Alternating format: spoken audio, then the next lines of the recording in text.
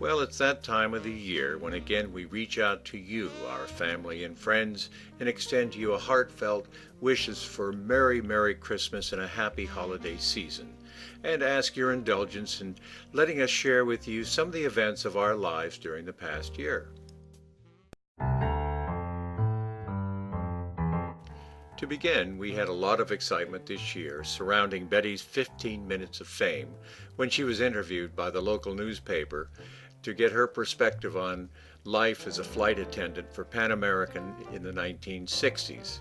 This was in conjunction with the new television series of Pan Am. Well, her 15 minutes of fame got extended when the next day she had a call from a producer from Fox News. It ended up with Betty being interviewed on a national television show on Fox Network.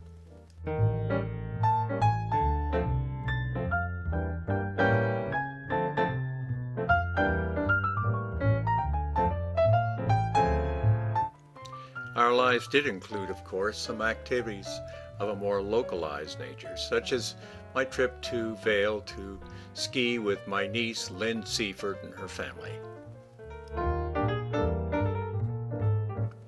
As many of you know, Betty is now a freshman co-ed at the University of Delaware, and like any freshman college student, we look forward with great anticipation to spring break. So with an idea in mind for our age, and finding an appropriate venue, and with promises of no wet t-shirt contests, Betty arranged for our trip to St. Croix.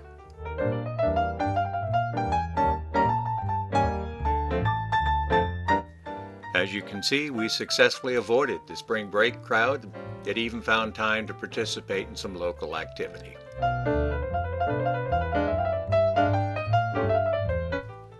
Then it was off to England for our annual trip to spend time with Betty's 97-year-old mum, Ruby.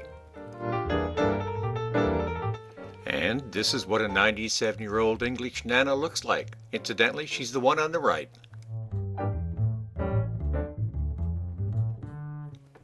And a special treat for us this year was to be joined by Betty's cousin, Claire Simpkins, a lovely young lady. Then it was back to Delaware, but not leaving England entirely. Here is Betty hosting a very early morning event for the royal wedding. Yes, those are ladies in pajamas wearing their fascinators. It was 5 a.m., by the way.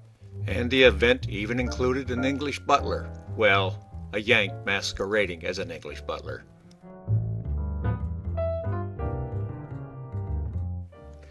Then later that summer, Betty hosted a yoga event with help from Barbara, a friend and neighbor who acted as the yoga instructor. Then it was off to Greenville Country Club for Father's Day, which featured an antique auto show displaying a range of antiquities. Here are two antiquities from our family. Then, as you may recall, our area was visited by a very tempestuous young lady called Irene. Well, in anticipation of possible high water, as you can see, Betty and Abby have taken full precautions. Then later that summer, a good friend and neighbor, Jim Maddox, treated me to a flight in his aircraft over the Delaware area, including 106 Chandler. Yes, that is 106 Chandler. And no, we couldn't fly any lower because of the nearby residence of a rather prominent government employee named Biden. Apparently, once you become vice president, you have to maintain a minimum altitude whenever flying over his home. Then for me, it was a trip off to rural Pennsylvania for my 55th high school reunion, to enjoy the comradeship and the opportunity to be with old classmates again, and to enjoy the natural beauty of the surrounding countryside in autumn, and especially to see the growing elk herd in that area.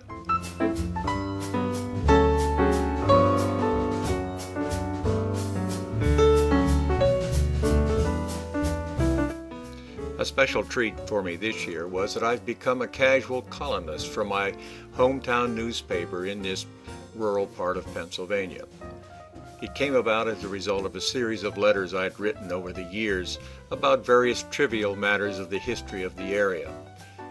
The newspaper, enjoying the benefits of my writings, offered me a column and a design, and so now it's a regular feature in the newspaper. Great fun. Then a final reunion in which I joined a few Navy and Marine officers from our Treasure Island days with their spouses, and one of our trips was to visit the recently opened museum at Marine Corps Base Quantico. A delightful trip.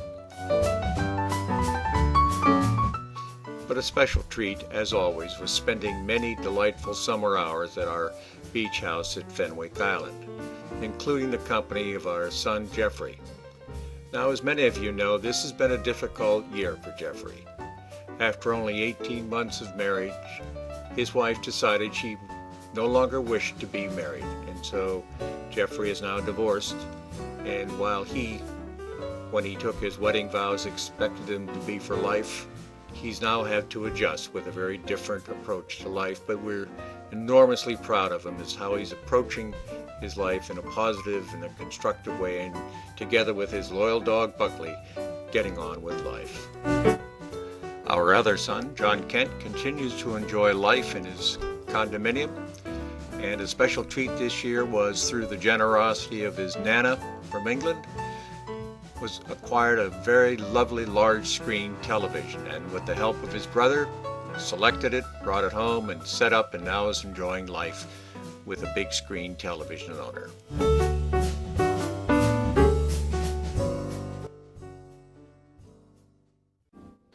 So that has been our year. It's been one of excitement and joy, but with some sadness and challenges.